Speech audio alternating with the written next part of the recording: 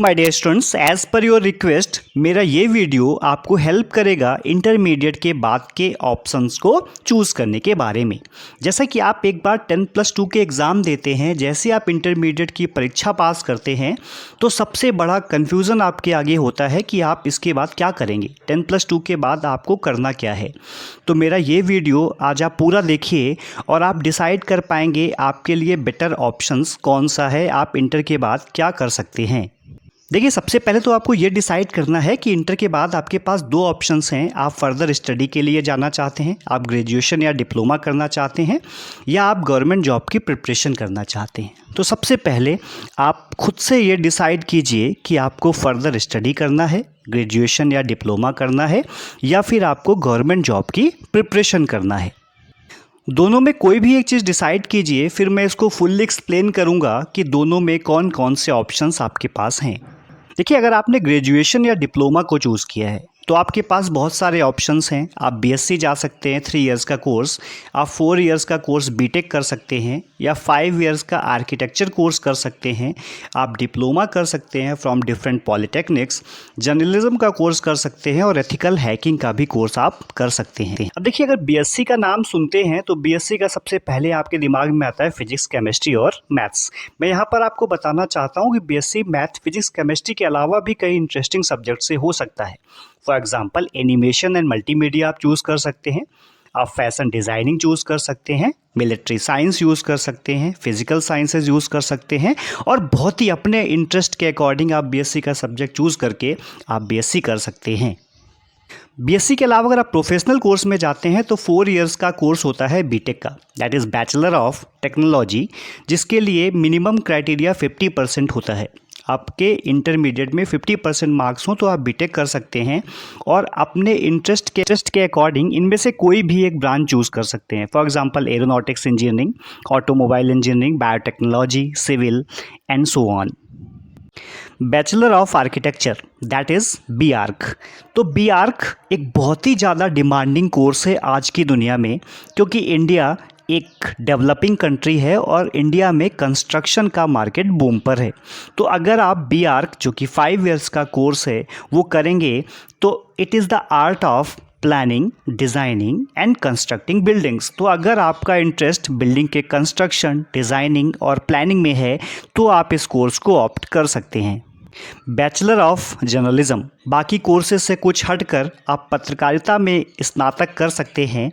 आजकल आप देख रहे हैं कि मीडिया बूम पर है और मीडिया की बहुत ही ज़्यादा डिमांड है। कितने news channel day to day बढ़ते जा रहे हैं और सब में पत्रकारों की आवश्यकता है, एंकर्स की रिक्वायरमेंट है। तो आप बैचलर ऑफ जर्नलिज्म कोर्स करके इनकी रिक्वायरमेंट को फुलफ़िल कर सकते हैं अगर आपका इंटरेस्ट पत्रकारिता में है। देन आप में से बहुत से लोगों का ड्रीम कोर्स होगा एथिकल हैकिंग का। कहीं ना कहीं मन में हैकर बनने का ऑप्शन सब में रहता है। तो अगर आपका ड्रीम कोर्स है एथिकल हैकिंग का, तो आप एथिकल हैकर बनकर अपने ड्रीम को कंप्लीट कर सकते हैं। एथिकल हैकर हमारा सिक्योरिटी एक्सपर्ट होता है जो इंफॉर्मेशन सिस्टम्स की सिक्योरिटी को मेंटेन करता है।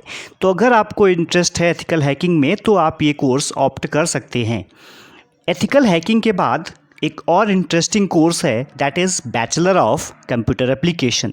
तो बैचलर ऑफ कंप्यूटर एप्लीकेशन में हम लोग कंप्यूटर साइंस और इंफॉर्मेशन टेक्नोलॉजी की स्किल्स और इंफॉर्मेशंस की स्टडी करते हैं। इसमें इन स्किल्स के साथ साथ कम्युनिकेशन, ऑर्गेनाइजेशन और मैनेजमेंट्स के टिप्स भी दिए जाते हैं। देखिए, अगर आप बीसीए करते हैं तो आपको प्रोग्रामिंग लैंग्वेजेस भी सिखाई जाती हैं, आपको स्किल्स एंड इंफॉर्मेशंस दी जाती हैं of computer science and information technology में। और अगर इंटरेस्ट आपका बिजनेस फील्ड में है तो आपके लिए एक बेटर कोर्स हो सकता है BBA, that is bachelor of business administration. ये कोर्स ऑप्ट कर सकते हैं अगर आप बिजनेस की फील्ड में जाना चाहते हैं। फिर दूसरा पार्ट डिस्कस करते हैं। अगर आपको ग्रेजुएशन और फर्दर स्टडी नहीं करनी है, आप गवर्नमेंट जॉब की प्रिपरेशन करना चाहते हैं, तो आपके पास कई सारे ऑप्शंस हैं। जैसे आप एनडीए की प्रिपरेशन कर सकते हैं, आप एसएससी की प्रिपरेशन कर सकते हैं, आप रेलवे रिक्रूटमेंट बोर्ड की प्रिपरेशन कर सकते हैं, Indian army, Indian coast guard, security forces की प्रिपरेशन आप कर सकते हैं। तो सबसे पहले बात करते हैं national defence academy that is NDA के बारे में। तो एनडीए में 16.5 से 19.5 दैट इज़ 16.5 to 19.5 ईयर्स के स्टूडेंट्स एग्ज़ाम दे सकते हैं। इनकी हाइट मिनिमम 152 सेंटीमीटर्स होनी चाहिए नेवी के लिए। अगर एनडीए आप सिलेक्ट हो जाते हैं तो आप भारतीय सेना में ऑफिसर बन करके आपकी पोस्टिंग होगी। एनडीए की जॉब एक सपना है जिसे आप पूरा कर सकते हैं। एनडीए के बाद आप 10+2 के बाद एग्ज़ाम दे सकते हैं एसएससी का that is staff selection commission, जो कि एग्ज़ाम कराता है कंबाइंड हायर सेकेंडरी लेवल पर। तो इस एग्ज़ाम में आप लोअर डिवीज़न क्लर्क बन सकते हैं, डेटा एंट्री ऑपरेटर्स बन सकते हैं। इसके लिए जो एज लिमिटेशन होता है वो 18 to 27 ईयर्स हो सकता है। इसमें बहुत ही ज़्यादा स्कोप है। अगर आप अच्छे से इसकी प्रिपरेशन कर सकते हैं तो बहुत सारी जॉब्स होती हैं जिसमें आप अप्लाई कर सकते हैं और सिलेक्ट हो सकते हैं। 10+2 के बाद रेलवे आपके लिए एक अच्छा ऑप्शन हो सकता है। इसमें मिनिमम एज 18 ईयर्स होती है और मैक्सिमम 32 to 33 ईयर्स होती है। यहाँ पर बहुत सारी जॉब्स होती हैं, जैसे टिकट क्लर्क की होती है। 12th 50% जो स्टूडेंट्स जिन्होंने मार्क्स ऑब्टेन किए हैं वो इसका एग्ज़ाम दे सकते हैं। ट्रेन क्लर्क की जॉब होती है, टाइम कीपर की होती है और टाइपिस्ट की जॉब होती हैं। ऐसी बहुत सारी जॉब होती हैं जो 10+2 के बाद आप रेलवे से ले सकते हैं।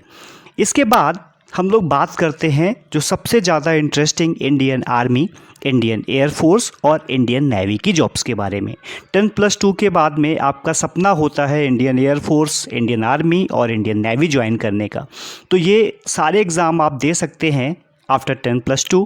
फॉर एग्ज़ाम्पल इंडियन एयरफोर्स में ग्रुप एक्स के एंट्री के लिए आपके पास मैथ्स और फिजिक्स हो and English with minimum 50% marks. Group Y में 10+2 के किसी भी स्ट्रीम के बच्चे पार्टिसिपेट कर सकते हैं।